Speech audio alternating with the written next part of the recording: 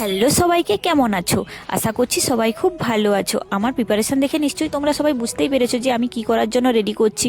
আসলে আমি কোনোদিন নকশা বড়ি বা গয়না বড়ি দিইনি, জানি না তোমাদের এলাকায় কী নামে পরিচিত, আমাদের এদিকে তো গয়না বড়িই বলে। তাই আমি বললাম যে মা, তুমি এবারে সব কিছু রেডি করে দাও, আমি দেবো বড়িটা। তাই সব কিছু তোড়জোড় শুরু করে দিলাম। আগে যেহেতু গয়না বড়ির নিচে কিছু একটা দিতে হয়, পোস্ত বা তিল, আমার বাড়িতে তিল ছিল, সেটাই আমি বিছিয়ে দিলাম থালাগুলোতে। তারপরে মা ফেটাচ্ছিল, আমি সেগুলো নিয়েই দিতে শুরু করলাম। জানি না কেমন হবে বড়িটা, তোমরা অবশ্যই দেখে কমেন্টে জানিও যে বড়ির গয়না মানে নকশাগুলো কেমন হয়েছে। প্রথমবার দিচ্ছি, যদি ভুল হয় তাও মেনে নিতে হবে বাড়ির লোকে, আর যদি মানে ভালো হয় তাহলে তো আমাকে বাহবা দিতেই হবে, তাই না? এদিকে মা ফেটাচ্ছিল আর আমি দিতে লাগছিলাম, আর ঠাকুমা ওইদিকে এমনি মশলা যে নর্মাল বড়িগুলো হয় সেগুলোই দিচ্ছিল।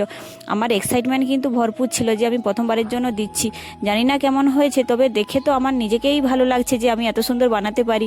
তোমরা অবশ্যই কমেন্টে বলে যেও, আর যদি তোমরা চ্যানেলে নতুন হয়ে থাকো চ্যানেলটিকে সাবস্ক্রাইব করে দিও, আর কমেন্টে লাইক আর শেয়ার করে দিয়ে বলে যেও যে কেমন হয়েছে। আর আজকের মতো চলি, বাই।